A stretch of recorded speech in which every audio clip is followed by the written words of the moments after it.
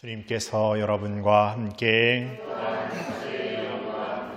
루카가 전한 거룩한 복음입니다.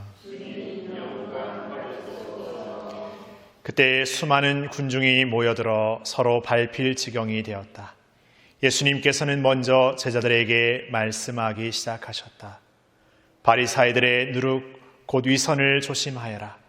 숨겨진 것은 드러나기 마련이고 감추어진 것은 알려지기 마련이다. 그러므로 너희가 어두운 데에서 한 말을 사람들이 모두 밝은 데에서 들을 것이다. 너희가 골방에서 귀에 대고 속삭인 말은 지붕 위에서 선포될 것이다. 나의 벗인 너희에게 말한다. 육신은 죽여도 그 이상 아무것도 못하는 자들을 두려워하지 마라. 누구를 두려워해야 할지 너희에게 알려주겠다. 육신을 죽인 다음 지옥에 던지는 권한을 가지신 분을 두려워하여라. 그렇다. 내가 너희에게 말한다. 바로 그분을 두려워하여라. 참새 5마리가 둔잎에 팔리지 않느냐. 그런데 그 가운데 한 마리도 하느님께서 잊지 않으신다. 더구나 하느님께서는 너희의 머리카락까지 다 세어두셨다. 두려워하지 마라. 너희는 수많은 참새보다 더 귀하다.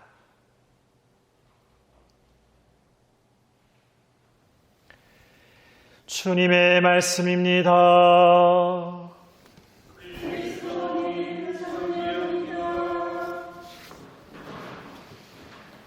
참 예수님, 날씨가 이렇게 어제는 더웠는데 오늘은 바람이 불고 추우니까 뭔가 이게 굉장히 추워진 것 같이 이게 사실 느껴지기도 합니다. 그래서 오늘 갑자기 이제 겨울이 오나 이런 생각도 드는데 오늘만 또 그러고 또 내일도 더울지 추울지는 잘 모르겠습니다만은 날씨가 이렇게 오락가락할 때 건강 관리가 좀 쉽지 않은 것 같아요. 우리 생각도 그렇게 그럴 건가 저럴 건가 헷갈리는데 우리의 몸은 더하겠지 않겠습니까?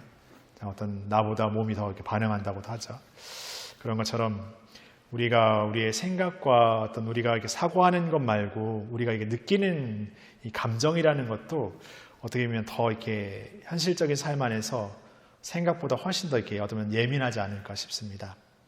오늘 복음에서 두려움이라는 감정에 대해서 얘기하는데 두려움이라는 거, 뭔가를 무서워한다라는 거, 뭔가를 이렇게 뭐랄까 안 돼 이렇게 생각하는 어떤 그런 마음이 어떤 마음일까 한번 생각해 보고 싶은데 그 영화 인사이드 아웃에 보면은 이 두려움이라는 말을 한국말로는 이렇게 소심하다라는 표현으로 이렇게 번역했는데 그 번역가는 왜 이 두려움을 소심이라는 두려워한다는 건 뭔가 소심해지는 것 그래서 뭔가 이렇게 많은 어떤 큰 것들에서부터 느껴지는 어떤 그 위압감에서 이렇게 두려움을 느끼는 것 그런 의미로도 이렇게 표현하지 않았을까도 싶습니다. 또 두려움이라는 단어를 우리가 성령 7연단에서 하느님에 대한 어떤 경외심, 하느님을 두려워함이라고도 표현하는데 두려워한다는 것, 하느님을 두려워한다는 것, 하느님을 무서워한다는 것, 하느님을 어려워한다는 것, 하느님을 불편해한다는 것, 여러 가지 생각할 수 있지만 그 경외심, 하느님을 두려워한다는 것은 그런 의미가 아니죠. 오늘 우리가 두려움이라고 말하면서 세상의 것을 두려워하면서 우리의 머리카락까지 세우는 그분을 두려워하지 않는다면 그것이야말로 잘못된 삶이라고 얘기하죠. 마치 이것처럼 우리가 하느님에 대한 경외심, 두려워한다는 것은 정말 하느님의 자녀로서 하느님의 자녀로 살아간다는 삶을 잊지 않는 겁니다. 그러니까 하느님의 뜻을 저버리면서 세상의 방식을 쫓아 사는 것은 하느님을 두려워하지 않는 거죠. 그러나 하느님의 뜻을 끊임없이 내 삶에서 살고자 하는 신앙인의 어떤 확고함, 그 인내심은 하나님을 두려워하는 삶입니다. 그러니까 무서워하고 그렇기 때문에 그런 것을 때문에 어쩔 수 없이 하는 신앙의 삶이 아니라 하나님의 뜻을 사는 삶이야말로 진정한 삶이라는 것을 생각하기 때문에 그렇습니다. 그것이 내 생각과 판단과 어떤 이성적인 범주 안에서 온전히 그것을 받아들이고 온전히 이해하지 못한다 하지만 그럼에도 그분께 대한 이 부족한 믿음 안에서 그분께 대한 신뢰 안에서 다시금 그러한 암과 그러한 깨달음을 주십사고 청하는 것이죠. 그리고 그러한 믿음 안에서 우리의 삶에서 하나님 뜻을 부지런히 실천해 나가는 것이죠. 그러면서 우리가 진정 두려워해야 될 분이 누군지 그리고 두려워하지 말까 무엇인지를 식별할 수 있는 눈을 우리 안에 갖게 되는 거죠. 그것이 어떻게 보면 성경에서 말하는 지혜라고 표현할 수 있습니다. 지혜라는 것은 그냥 어떤 똑똑함, 지식적인 어떤 그냥 세상적인 어떤 여러 가지 것들에 대한 알미 아니라 진정으로 하느님의 참된 어떤 뜻을 알고 믿고 살아가는 삶이 지혜인 것이죠. 그래서 우리가 지혜라는 것은 하나님을 안다는 의미입니다. 하나님을 안다라는 것은 머리로서만 아는 것이 아니라 우리의 온 존재로 아는 것. 그러니까 우리의 신앙의 삶은 머리로서 살아가는 삶도 아니고 입으로서 살아가는 삶도 아니고 모든 우리의 존재로서 살아가는 삶이 될 때 진정한 신앙을 사는 것이죠.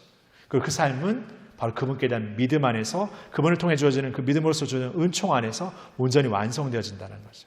그러니까 우리가 하나님께 온전한 마음을 드릴 때 그분께서 다른 모든 것들은 채워주신다는 거죠.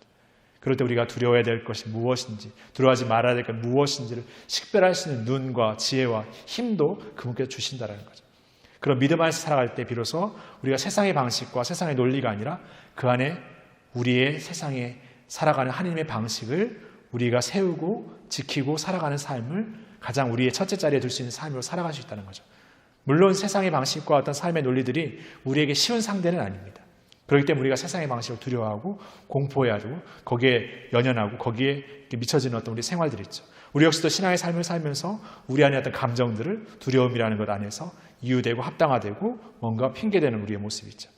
근데 그런 모습이 아니라 그런 모습들을 하나님 안에서 다시금 깊이 성찰하면서 다시금 새로움으로 거듭날 수 있는 힘을 하나님 안에 청해야죠. 왜냐하면 그분은 세상 그 어떤 두려움, 어떤 공포, 어떤 무엇보다 가장 위에 계신 그분이시기 때문에 그렇습니다. 우리가 믿고 고백하는 그분께서 바로 우리의 믿음 위에 그러한 우리의 새로운 암과 지혜와 모든 은총을 주시는 분이시기 때문에 그렇습니다. 그분은 바로 우리의 머리카락까지 다 세워두신 분이고 세상 무엇보다 우리를 가장 귀하게 여기시는 그분이시기에 가장 우리를 잘 아시고 우리를 가장 귀하게 여기시는 그분께 우리가 믿음을 두고 살아갈 때 진정 그분만이 줄 수 있는 더 큰 은총과 사랑과 지혜를 분명하게 우리에게 주실 거라고 생각합니다. 그러한 든든한 마음, 그러한 그분께서 함께 하시는 그런 그분 현존의 함께함 안에서 세상의 논리와 세상의 판단과 세상에 두려워할 것들을 넘어서서 진정 하나님의 뜻을 사는 우리가 되었으면 좋겠습니다. 잠시 묵상하시겠습니다.